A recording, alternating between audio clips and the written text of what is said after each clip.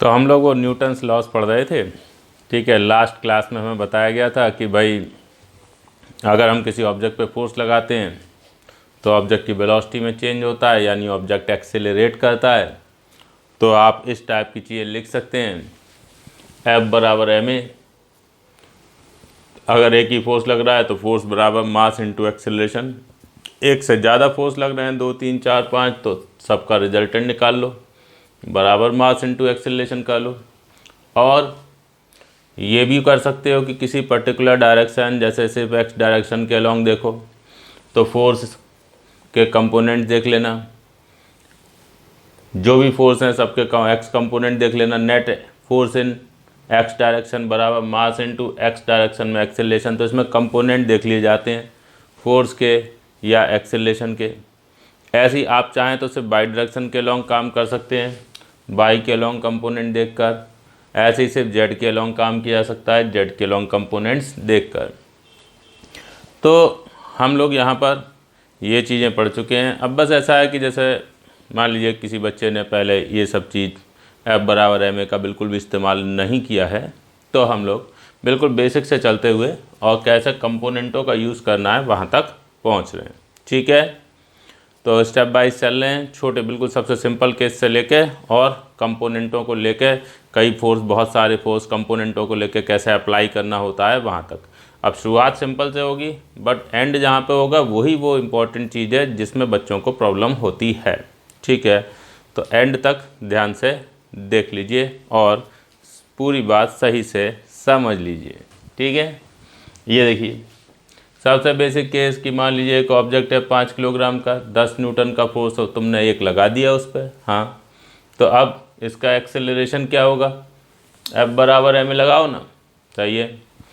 यहाँ से एक चीज़ दिखाई दे रही है, एक्सेलरेशन ऑफ फोर्स, और ये मास क्या है, पॉजिटिव। जब दो वेक्टर पॉजिटिव चीज़ के द्वारा रिलेटेड होते हैं तो दोनों की डायरेक्शन सेम होती है।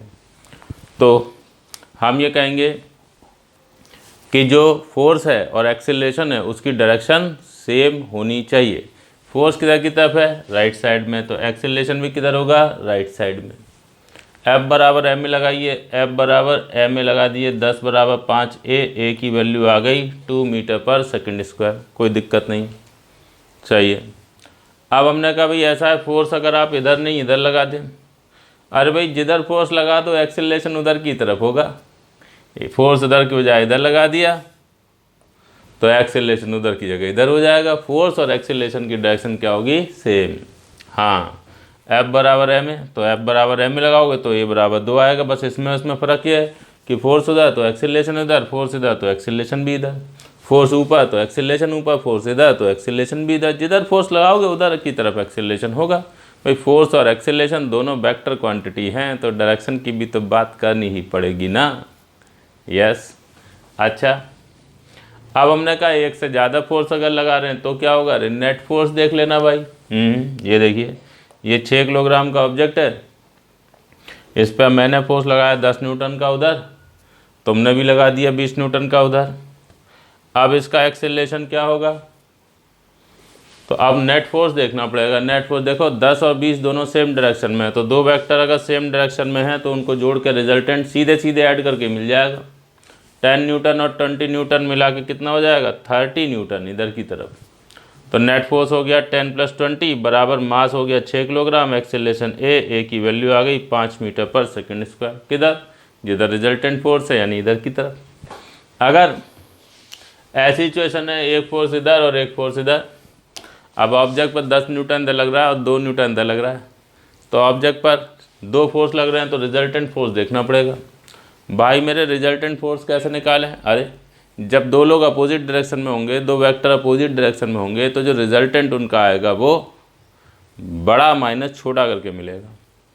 10 न्यूटन इधर, 2 न्यूटन इधर, तो रिजल्टेंट फोर्स 10 - 2 यानी 8 न्यूटन होगा। किधर की तरफ होगा, बड़े की तरफ। तो बड़ा फोर्स इधर है तो रिजल्टेंट फोर्स भी इधर होगा, तो एक्सेलरेशन भी इधर की ही तरफ होगा।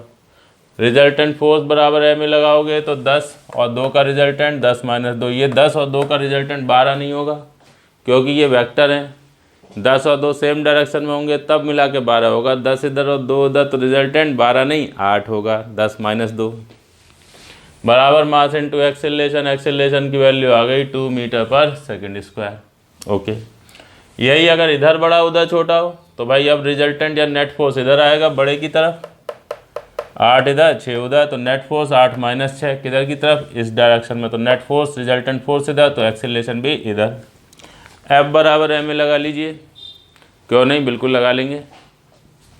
8 न्यूटन और 6 न्यूटन का रिजल्टेंट, नेट 8 - 6 बराबर मास 2 किलोग्राम और एक्सेलरेशन ए रखिए 2 बराबर 2a, ए की वैल्यू 1 मीटर पर सेकंड स्क्वायर। अब हमने कहा भाई ऐसा भी तो हो सकता है कि 2 फोर्स ऑब्जेक्ट पे लग रहे हैं अलग अलग डायरेक्शन में। हाँ हाँ, क्यों नहीं, बिल्कुल हो सकता है। तो मतलब ना सेम डायरेक्शन ना अपोजिट डायरेक्शन, क्योंकि सेम और अपोजिट वाला मामला तो ऐसा होता है कि उसमें रिजल्टेंट आसानी से मिल जाएगा, ऐड कर दो या सब्ट्रैक्ट कर दो। अब ये इनके बीच में क्या एंगल है, 90 डिग्री। तब देखिए ये आपके पास एक 2 किलोग्राम का ऑब्जेक्ट है, 20 न्यूटन का फोर्स तुमने इधर लगाया इस पर और 20 न्यूटन का इधर लगाया। अब दोनों का जो रिजल्टेंट फोर्स है वो निकालना पड़ेगा और रिजल्टेंट फोर्स बराबर लगाना पड़ेगा मास इंटू एक्सेलरेशन। एक्सेलरेशन की डायरेक्शन रिजल्टेंट फोर्स जो होगा उसकी डायरेक्शन में होगी। अच्छा चलो ध्यान देते हैं। सबसे पहले ये 20 और 20 का रिजल्टेंट निकालो। देखो इधर 20 और 20 परपेंडिकुलर हैं, तो जब दो वेक्टर परपेंडिकुलर होते हैं ए और बी अगर परपेंडिकुलर होते हैं तो रिजल्टेंट होता है आर बराबर रूट में A square plus B square. अच्छा तो मैंने बताया 20 और 20 परपेंडिकुलर हैं तो इनका रिजल्टेंट कुछ ऐसे आएगा, रूट में 20 का स्क्वायर प्लस 20 का स्क्वायर, तो वो वैल्यू आएगी 20 रूट 2 न्यूटन। और डायरेक्शन का मामला ऐसा कि 20 और 20 अगर जो है वो 20 और 20 जो है बराबर हैं, तो इसलिए जो इनका रिजल्टेंट आएगा वो इनके बिल्कुल बीचों बीच में आएगा। तो ये टोटल 90 डिग्री है, तो आधा 45 इधर 45 इधर। ये देख लीजिए ये रिजल्टेंट फोर्स हो गया और ये उसकी डायरेक्शन हो गई। अब इस ऑब्जेक्ट पर जब रिजल्टेंट फोर्स इस डायरेक्शन में लग रहा है तो इसका जो एक्सेलरेशन है वो भी रिजल्टेंट फोर्स की डायरेक्शन में ही होगा। रिजल्टेंट फोर्स इधर तो एक्सेलरेशन भी इधर, देख लो वही 45 डिग्री पर। बिल्कुल सही बात है। अब लगाओ F बराबर एम ए, तो नेट फोर्स 20 रूट 2 बराबर मास 2 किलोग्राम और एक्सेलरेशन ए रख दीजिए, ए आ गया 10 रूट 2 मीटर पर सेकंड स्क्वायर। हाँ हाँ कोई प्रॉब्लम नहीं है। तो एक्सेलरेशन का मैग्नीट्यूड भी आ गया, एक्सेलरेशन की डायरेक्शन भी आ गई। तो ये तो मैंने 2 का केस 90 डिग्री ले लिया, सिंपल ले लिया, बराबर ले लिए। बराबर नहीं भी हो सकते थे, 20 31 हो सकता था, 90 डिग्री की जगह 60 डिग्री 120 डिग्री किसी पे भी हो सकते थे। तो वो आपको सब रिजल्ट पता ही हैं, वेक्टर सम वाले सबको मालूम होते हैं कि 2 वेक्टर हैं, ए वेक्टर बी वेक्टर, उनका रिजल्टेंट चाहिए। तो आर वेक्टर का मैग्नीट्यूड क्या होता है, आर बराबर रूट में A square plus B square plus 2ab cos theta. Direction चाहिए तो tan फाई बराबर B sine theta upon A plus B cos theta. सब ने खूब पढ़ा होता है, तो बस उनका यूज़ करना है, रिजल्टेंट फोर्स निकालना है और रिजल्टेंट फोर्स बराबर है में लगा देना है। अच्छा जी, अगर 2 से ज़्यादा हो तो क्या करोगे? 2 से ज़्यादा हो तो भाई 2 से ज़्यादा वेक्टर को जोड़ने का भी तरीका आपको पता है, कौन सा? Polygon law of vector addition. Polygon law का यूज़ कर लेना और नेट फोर्स बराबर मास इनटू एक्सेलरेशन। ठीक है, फिर फाइनली लगा दीजिएगा। अब हम कहते हैं कि ये कंपोनेंट वाली चीज़ भी हमें बताई गई कि आप चाहें तो किसी पर्टिकुलर डायरेक्शन में कंपोनेंट लेके भी काम कर सकते हैं। हाँ बिल्कुल। तो होता ये है कि जहाँ पर 2 से ज़्यादा फोर्स होते हैं वहाँ पर जो है वो पॉलीगन लॉ वगैरह का इस्तेमाल करके जो है वो रिजल्टेंट फोर्स नहीं निकालते हैं, बल्कि कंपोनेंटों का यूज़ करके काम किया जाता है। इनफैक्ट 2 भी फोर्स होते हैं ना तो भी मोस्टली लोग कंपोनेंटों का ही इस्तेमाल करते हैं, क्योंकि वो थोड़ा सा मैथमेटिकली हो जाता है। तो आगे हमें जैसे आंसर निकालने हैं तो हमें कैलकुलेशनों में थोड़ा आसान रहता है। ठीक है, और कंपोनेंट करके चीज़ें थोड़ी साफ साफ दिखाई भी देती हैं कि भाई इस डायरेक्शन में क्या हो रहा है, उस डायरेक्शन में क्या हो रहा है। तो एक से ज़्यादा फोर्सेस के लिए आमतौर पर हम क्या करते हैं, कंपोनेंटों का यूज़ करके वर्किंग करते हैं। अब वही इम्पॉर्टेंट चीज़ है जो हम यहाँ पर अभी सीखना चाहते हैं, जिस पर फोकस करना चाहते हैं। कुछ नहीं, बहुत खास नहीं है, ऐसा कोई कठिन नहीं है, सॉरी, खास तो है, इम्पॉर्टेंट तो है, बट कठिन नहीं है, सिंपल ही है। देखते हैं, ये आपके पास एक ऑब्जेक्ट है 2 किलोग्राम का, इधर आपने एक्स और इधर बना दिया वाई डायरेक्शन। हाँ ठीक। अब ऑब्जेक्ट पर दो लोगों ने फोर्स लगाए, मैंने लगाया 10 न्यूटन का फोर्स इधर, तुमने लगाया 6 न्यूटन का इधर। इनकी डायरेक्शन अभी दिखा दी। 10 न्यूटन वाला जो फोर्स है वो एक्स एक्सिस के साथ 30 डिग्री का एंगल बना रहा है, और 6 न्यूटन वाला 60 डिग्री का दिखाई दे रहा है आपको। ये देख लो, ये 10 वाला एक्स के साथ 30 डिग्री और 6 वाला एक्स के साथ ये एंगल टोटल 60 डिग्री। अब इसमें देखिए काम कैसे किया जाता है। एक कोई ये कह सकता है कि सर इसमें तो रिजल्ट एफ बराबर एम ही लगाना है, तो कोई खास बात नहीं है। ऐसा है, मुझे ये 10 और 6 इनके बीच का एंगल दिखाई दे रहा है, ये 60 है 30 है, तो इनके 10 और 6 के बीच का एंगल कितना होगा, 30 डिग्री। हाँ, तो जब दोनों वेक्टर पता है, बीच का एंगल पता है, तो आर बराबर रूट में A square plus B square plus 2ab cos theta वाले इस फार्मूले से रिजल्टेंट फोर्स निकाल लूंगा। चाहो तो डायरेक्शन चाहिए तो वो भी निकाल लूंगा, tan फाइव बराबर B sine theta upon A plus B cos theta से, और कर लूँगा काम। मैं कहा हाँ ठीक है, वैसे आप कर सकते हैं, नेट फोर्स निकाल सकते हैं, फिर एक्सेलरेशन निकाल सकते हैं, बट हमारा ऑब्जेक्टिव अभी इस समय वैसे काम करना नहीं है। हम जो है इस समय कंपोनेंटों का यूज़ सीखना चाहते हैं। ठीक, तो क्या करें, कंपोनेंट करो। ये है फोर्स 10 न्यूटन वाला, 30 डिग्री का एंगल इधर बना रहा है, तो समझो 10 न्यूटन का फोर्स 30 डिग्री एंगल अगर यूँ बनाएगा तो उसके कंपोनेंट इधर होंगे 10 कॉस 30, इधर होगा 10 साइन 30। ये कहाँ से आया, वो यार वो तो बताइए, ए कॉस थीटा ए साइन थीटा पिछली क्लास में भी याद दिलाया था आपको। ठीक है। अब कॉस 30 जानते हो, √3/2 रख दो, ये आ गया 5√3, साइन 30 1/2, ये आ गया 5। तो इस फोर्स के दो कंपोनेंट हो गए, इधर 5√3 और इधर 5। एक्स डायरेक्शन में 5√3, वाई डायरेक्शन में 5। ऐसे 6 न्यूटन वाला उसके कंपोनेंट करो, उसका 60 डिग्री एंगल है, तो 6 कॉस 60 6 साइन 60। ये देखिए कॉस 60 1/2, साइन 60 √3/2 रख दीजिए, ये आ गए। अब मैंने कहा भाई ठीक है, दोनों फोर्स के कंपोनेंट हमने कर लिए। अब एक काम करते हैं, एक्स डायरेक्शन के लॉन्ग देखते हैं क्या हो रहा है, और नेट फोर्स बराबर मास इनटू एक्सेलरेशन लगाते हैं।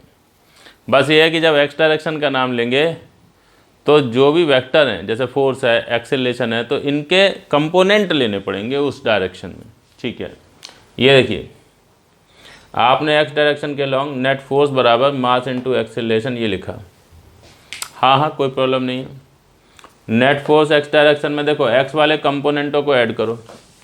ये कंपोनेंट है 3 और ये कंपोनेंट है 5√3, तो मिला के नेट कितना हो गया, 3 + 5√3 बराबर मास 2 किलोग्राम और एक्सेलरेशन ax।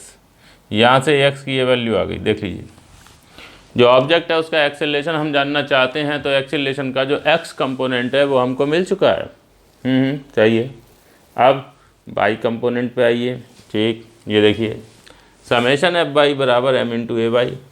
अब सब लोगों के बाई कंपोनेंट देखे जाएंगे, चाहे फोर्स हो चाहे एक्सेलरेशन हो। ठीक है, तो बाई कंपोनेंट मैंने फोर्स के तो करके आपको दिखाई दिए हैं, ये रहे, इधर 5 और इधर 3√3, ये दोनों को जोड़ लो। ये नेट फोर्स हो गया वाई डायरेक्शन में बराबर मास 2 किलोग्राम और एक्सेलरेशन ay।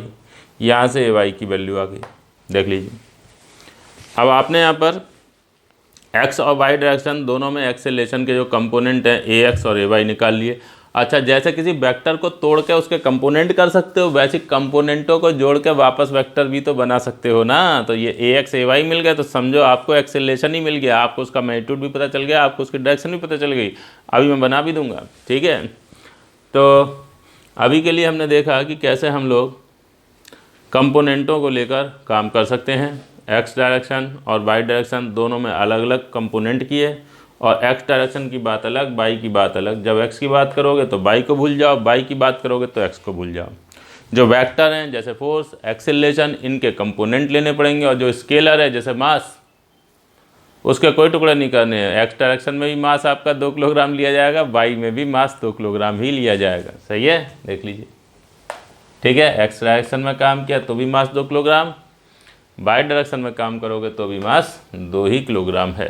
सही है, तो अभी पहले आप एक काम करें, क्लास को रोकें और जो चीज़ आपके सामने है इसको साफ साफ कॉपी में नोट कर लें। जैसे मैंने कहा कि बिल्कुल बेसिक से शुरू किया है। ठीक है, ये भी मैंने लिख दिया है, ये तो नॉर्मल है, ये तो छोटी क्लास से करते चले आते हैं आप लोग, बट फिर भी मैंने लिख दिया एक बार। और अब हम जा रहे हैं कहाँ पर, कंपोनेंटों पे। अभी ये दो को लेकर मैंने बात करी, अगर दो से ज़्यादा हो, कोई इधर कोई उधर, कोई ऐसा कोई वैसा, उसको जनरलाइज कैसे करेंगे, तो उसको जनरल केस में कैसे करेंगे वो भी हम देखेंगे अभी, ठीक है। तो पहले आप इतनी चीज़ जो है इसको साफ साफ नोट कर लीजिए। क्लास को रोक लें।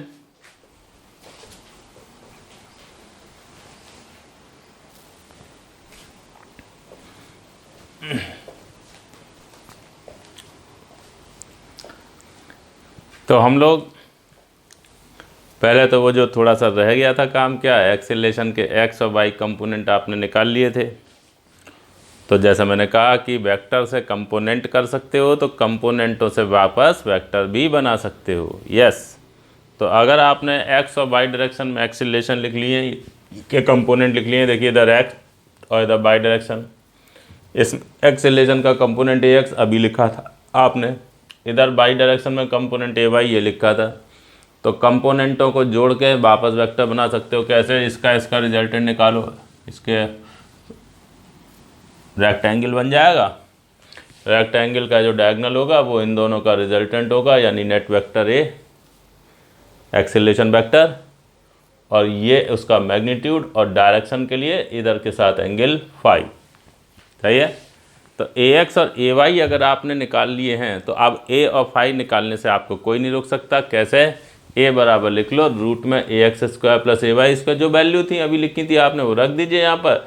नेट एक्सेलेरेशन रिजल्टेंट एक्सेलेरेशन का मैग्नीट्यूड मिल जाएगा, और डायरेक्शन अगर चाहिए तो क्या करोगे, tan फाई बराबर ए वाई अपान ए एक्स। यस, यहाँ से फाई मिल जाएगा, ख़त्म हो गया, एक्सेलेरेशन आ गया, एक्सेलेरेशन का मैग्नीट्यूड और एक्सेलेरेशन की डायरेक्शन, दोनों चीज़ें आपके सामने आ चुकी हैं। ओके, अब हमने कहा भाई ऐसा है, हम कुछ और जनरल कंपोनेंटों को लेकर लिख सकते हैं। ठीक है, इन जनरल कैसे काम किया जाता है वो देख लीजिए। ठीक, आपने क्या किया, ये एम मास का एक ऑब्जेक्ट लिया।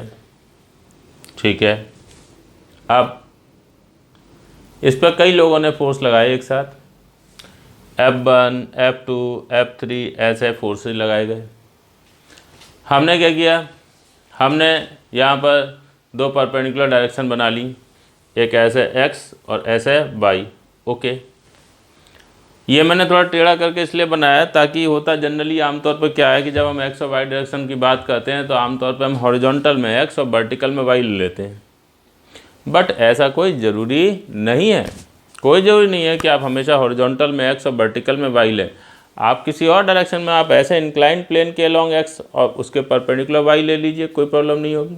सही है, चलिए खैर, तो मैंने थोड़ा सा टेढ़ा इसलिए दिखा दिया ताकि एक बस दिमाग में ये रहे कि यार ऐसा नहीं है कि x और y का मतलब हमेशा हॉरिजॉन्टल और वर्टिकल ही होता है। आप जो मन आए वो अपना x डायरेक्शन टेढ़ा ऐसे ले सकते हैं। ठीक है, चलिए, तो मैंने क्या किया, मैंने ये जो डायरेक्शन है x डायरेक्शन और y डायरेक्शन ये बनाई, और जो फोर्स हैं उनके इन डायरेक्शनों के साथ एंगल देख लिए। ये देखो F1 का इसके साथ एंगल θ1, F2 का इसके साथ एंगल θ2, F3 का इधर से एंगल θ3, ये सब लिख लिए। अब जब भाई मेरे इतने सारे जो है वो फोर्स लगेंगे तो उनका नेट कुछ फोर्स होगा, रिजल्टेंट होगा, और रिजल्टेंट फोर्स के चलते ऑब्जेक्ट के पास कुछ एक्सेलरेशन भी आएगा। चलो ठीक है, ये एक्सेलरेशन है, इसका मैग्नीट्यूड और इसकी डायरेक्शन। ठीक है, अब हम यहाँ पे कुछ F बराबर ma लगा के इक्वेशन लिखना चाहते हैं, सो दैट मान लो ये फोर्स हैं, ये एंगल हैं, एक्सेलरेशन है, ये सब जो भी एंगल हैं, डायरेक्शन हैं, इन सब में से कुछ चीज़ें दे दी जाएं और कुछ नहीं दी जाएं। तो जो नहीं दी जाएंगी उन्हें कैलकुलेट करोगे कैसे, F बराबर ma का यूज़ करके। कैसे लगाएंगे F बराबर ma, इन डायरेक्शनों में, उस पर ध्यान दीजिए। चाहिए, चलो इधर देखो, ये x डायरेक्शन और ये y डायरेक्शन। सही है, आपने F1, F2, F3 दिखाए, एंगल दिखा दिए, हाँ, एक्सेलरेशन उसका एंगल। अब जरा जो भी वेक्टर है उसके कंपोनेंट करो। कौन कौन वेक्टर है? फोर्स और एक्सेलरेशन। मास नहीं है वेक्टर, फोर्स और एक्सेलरेशन, तो उनके कंपोनेंट करिए। ये देखिए F1 cos theta 1, F1 sin theta 1, F2 cos theta 2, F2 sin theta 2, F3 cos theta 3, F3 sin theta 3। Component तो याद होगा, जिधर थीटा एंगल होता है उधर की तरफ कंपोनेंट cos थीटा वाला और उसके परपेंडिकुलर sin थीटा वाला। एक्सेलरेशन के component a cos phi, a sin phi. ठीक, सबके देखिए कंपोनेंट कर डालिए। अब काम ये करना है कि दोनों डायरेक्शनों में चीज़ों को अलग अलग देखना है। एक्स डायरेक्शन में अलग देखो, वाई में कतई अलग देखो, समझे? ठीक है, तो एक्स डायरेक्शन जो है उसमें आप अगर देखेंगे तो ये डायरेक्शन एक्स डायरेक्शन में जो भी फोर्स हैं, जो एक्सेलरेशन है, सिर्फ उनकी बात करी जाएगी। जब एक्स की बात करोगे तो वाई और जेड को भूल जाओगे। ऐसे जब वाई की बात करोगे तो एक्स और जेड को भूलते हैं। ठीक है, तो यहाँ तो खैर दो ही हैं, एक्स और वाई डायरेक्शन, तो सिंपल एक्स की बात करोगे तो वाई को भूल जाओ, वाई की बात करोगे तो एक्स को भूल जाओ। ठीक, तो अलोंग एक्स डायरेक्शन ये देखिए, ये आपका एम मास का ऑब्जेक्ट है। इस डायरेक्शन में ये दो फोर्स उधर और एक अकेला इधर, तो इन्हें बना लिए। इनको भूल गए, ये वालों को भूल जाओ बिल्कुल। ठीक, ऐसे एक्सेलरेशन इस डायरेक्शन में ए कॉस फाई है, वो ले लो, इसको भूल जाओ, भूल गए। अब आप देखिए ये सिचुएशन जो थी वो इसमें रिड्यूस हो गई। आप ध्यान दीजिए, इसको अगर आप लेकर कुछ काम करना चाहो आपको बहुत तकलीफ होगी। आप सोचो इसी में रिजल्टेंट फोर्स निकाल लूँ, वो कुछ यहाँ पर पैरेललोग्राम ला, सॉरी 3 है ना, तो पॉलीगन ला लगा के फिर उसका जब बराबर एम लगा लूँ तो प्रॉब्लम होगी बहुत ज़्यादा। हमने क्या किया, हमने एक पर्टिकुलर डायरेक्शन पर कंसंट्रेट करके इस सिचुएशन को थोड़ा सिंपल बना लीजिए। देख लीजिए ये सिचुएशन रिड्यूस हुई किसमें, इसमें। अब दिखाई दे रहा साहब कि एम मास का ऑब्जेक्ट है, 3 फोर्स लग रहे हैं, एक दो इधर एक इधर, और ये एक्सेलरेशन है। तो अब इनका रिजल्टेंट फोर्स लिखना बहुत ही आसान है। कैसे भाई, जो सेम डायरेक्शन में उन्हें ऐड कर लो और जो अपोजिट में वो सब्ट्रैक्ट कर दो, आ जाएगा रिजल्टेंट। यूँ भी कह सकते हो कि जब हम एक ही लाइन के अलोंग बात करते हैं तो कोई एक पॉजिटिव डायरेक्शन मान ली जाती है, जैसे इधर पॉजिटिव डायरेक्शन मान लियो, तो जो इधर वो प्लस, जो उल्टा वो माइनस। ये तो पता है हमें कि अगर हम 1 डायमेंशन में ही काम कर रहे हो तो डायरेक्शन का कंसिडरेशन साइन से हो जाता है, एक तरफ प्लस दूसरी तरफ माइनस, खत्म बात, ज़्यादा सोचने की ज़रूरत ही नहीं है। हाँ, तो ये आपने काम किया, ये दोनों हो गए प्लस, ये हो गया माइनस, एक्सेलरेशन भी प्लस हो जाएगा। और नेट फोर्स बराबर मास इंटू एक्सेलरेशन जब लगाओगे तो देखो ये प्लस ये माइनस ये तो हो गया नेट फोर्स। देख लो F1 cos theta 1 plus F2 cos theta 2, हाँ, माइनस F3 sin थीटा 3, हाँ, बराबर mass into acceleration a cos phi, mass into acceleration. देख लो नेट फोर्स बराबर mass into acceleration along x direction. देख लीजिए, और ये ध्यान दीजिए कि y कंपोनेंट कतई कंसीडर किया ही नहीं है जब आपने एक्स डायरेक्शन की बात करी है। चलिए अब आइए y पे, y डायरेक्शन पे देखते हैं। y डायरेक्शन में जो भी कंपोनेंट है वो बनाओ। y डायरेक्शन, ये वाली डायरेक्शन जो है, ये देखो y डायरेक्शन ये है, इस डायरेक्शन में देखिए ये है F1 sin थीटा 1 बना लिया, F3 cos थीटा 3 बना लिया, F2 sin थीटा 2 बना लिया, और इस डायरेक्शन में एक्सेलरेशन a sin फाई वो बना दिया। ऑब्जेक्ट का मास तो m है ही। अब क्या करें, अब भाई इसमें भी नेट फोर्स बराबर मास इंटू एक्सेलरेशन लगाएंगे। हाँ हाँ, कोई प्रॉब्लम नहीं है। इसमें क्या, फिर वही बात, जो सेम डायरेक्शन में वो ऐड हो जाएंगे, अपोजिट वाला सब्ट्रैक्ट हो जाएगा। या ऐसे कह सकते हैं कि जो इधर वो प्लस, जो इधर वो माइनस, तो इसको प्लस और इसको लिखो माइनस। ये देखिए F1 sin थीटा 1 ये रहा, F3 cos थीटा 3 ये रहा, और F2 sin थीटा 2 ये माइनस साइन के साथ आया, क्योंकि ये नेगेटिव बाई डायरेक्शन में। ऐसे कह सकते हैं कि ये दोनों पॉजिटिव बाई डायरेक्शन में, नेगेटिव बाई डायरेक्शन में। तो जो पॉजिटिव बाई डायरेक्शन में है वो प्लस, जो नेगेटिव बाई डायरेक्शन में है वो minus. Acceleration a sin phi ये भी पॉजिटिव, तो नेट फोर्स बराबर मास इंटू एक्सेलरेशन। देख लीजिए एक्सेलरेशन क्या लिखा हुआ है, a sin फाई। तो ये एक हमने बड़ी इंपॉर्टेंट बात देखी कि कैसे हम लोग कंपोनेंटों को लेकर डील करते हैं। चाहिए, अब इसमें होता ये है कि बच्चों को ठीक है लगता है यार ये तो कुछ ऐसा बहुत खास नहीं है, बट सवाल करते समय जो है वहाँ पे इसमें कंपोनेंट लेना, एंगल देखना, फिर उनको लेके इक्वेशन लिखना, उसमें बच्चे गलतियाँ करते रहते हैं।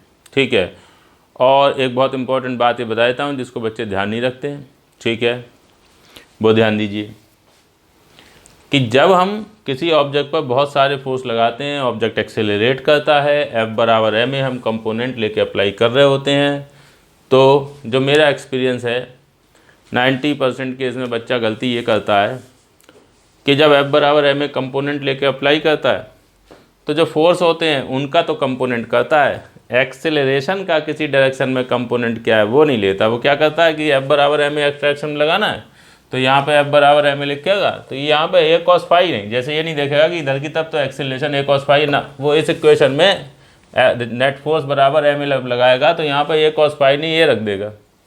ऐसे ही ये वाई डायरेक्शन में जब काम करेगा तो भी यहाँ पे a sin फाई नहीं, ये रख देगा। तो जाहिर सी बात है गलत हो ही जाएगा, क्योंकि फोर्स और एक्सेलरेशन दोनों वेक्टर हैं, कंपोनेंट दोनों के ही लिए जाएंगे, ठीक है। तो मैंने ये बात बोल दी, आपको फिर बोल रहा हूँ कि जो मेरा एक्सपीरियंस है उसमें मैंने यही देखा है कि बच्चे फोर्स के कंपोनेंट तो करते रहते हैं, एक्सेलरेशन का कंपोनेंट नहीं करते हैं, जिसकी वजह से गलती होती ही होती है, समझे। तो आपको थोड़ा सा ध्यान रखनी ये बात, ये मैंने बता दी है। आप इसको अभी सबसे पहले जो चीज़ लिखी है इसको क्लास रोकें और बिल्कुल साफ साफ कॉपी में नोट कर लें, फिर आगे देखते हैं, सही है।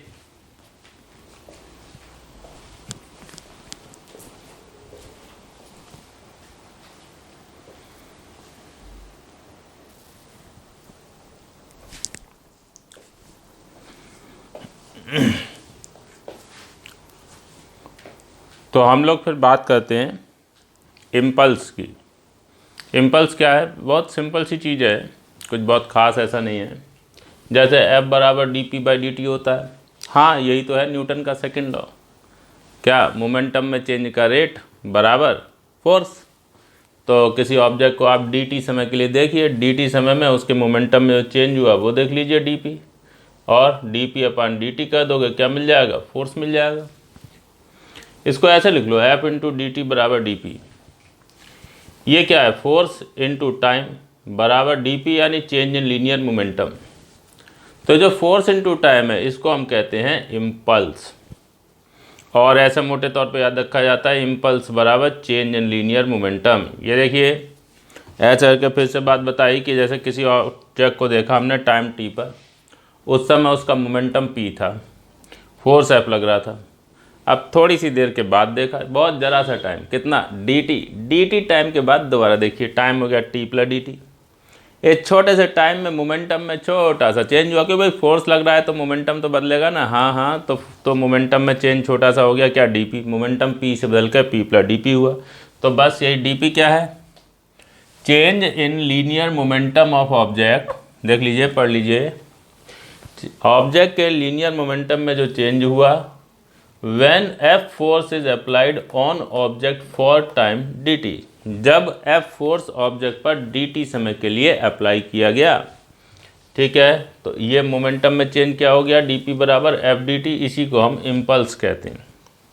इम्पल्स हमें मोटे तौर पे ये बता रहा है कि जब हम किसी ऑब्जेक्ट के मोमेंटम में चेंज की बात करते हैं तो ठीक है, मोमेंटम को बदलने के लिए ऑब्जेक्ट पर फोर्स अप्लाई करना पड़ेगा, हाँ सही है, बट मोमेंटम में चेंज कितना होगा ये दो बातों पर डिपेंड करेगा।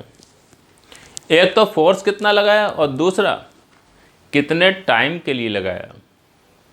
अच्छा, मान लो तुम एक ऑब्जेक्ट का मोमेंटम बदलना चाहते हो तो तुम उस पर 100 न्यूटन फोर्स लगाते हो, ठीक है। मैं आता हूँ, मैं इस पर 10 न्यूटन का फोर्स लगाता हूँ। तुम कहोगे कि सर ऐसा है, हमारा फोर्स बड़ा है, हम ज़्यादा चेंज करवा देंगे, आपका फोर्स छोटा है, आप कम चेंज करवा पाओगे, समझे।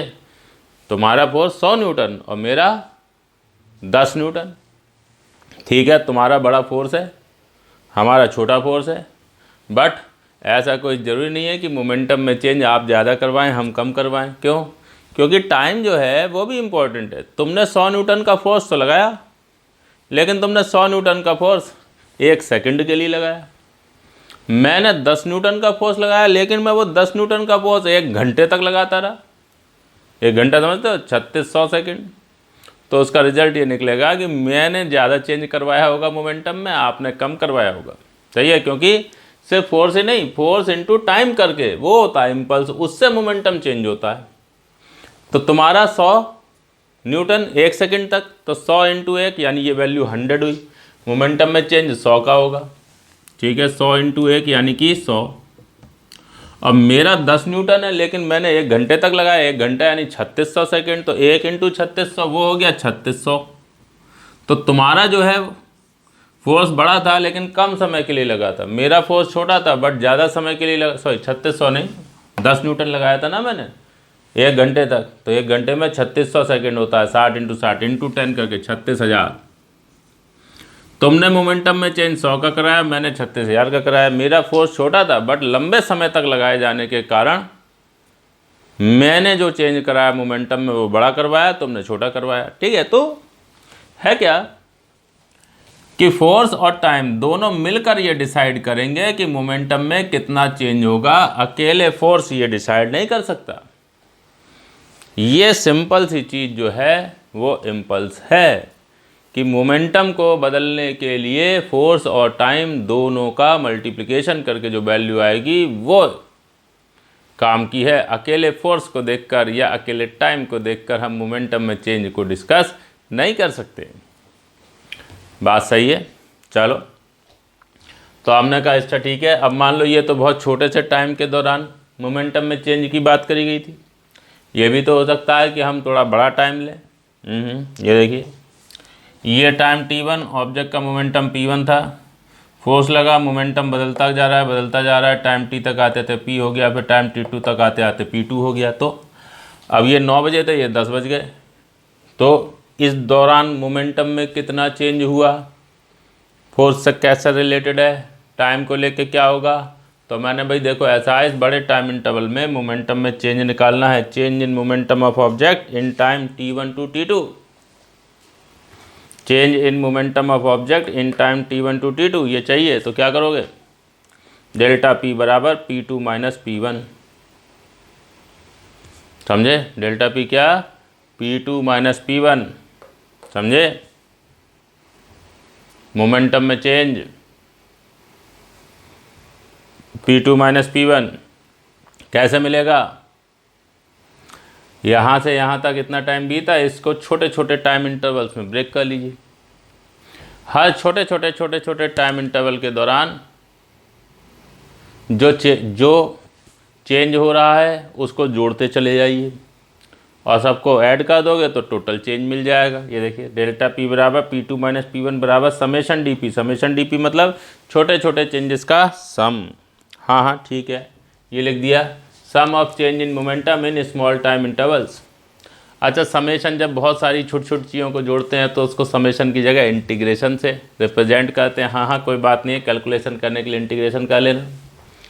और इंटीग्रेशन dp तो इंटीग्रेशन f dt लिख दो, क्योंकि dp बराबर तो f dt होता है ना। हाँ सही है। इंटीग्रेशन कहाँ से तक करना है ये तो बताना ही पड़ेगा, टाइम t1 से टाइम t2 तक।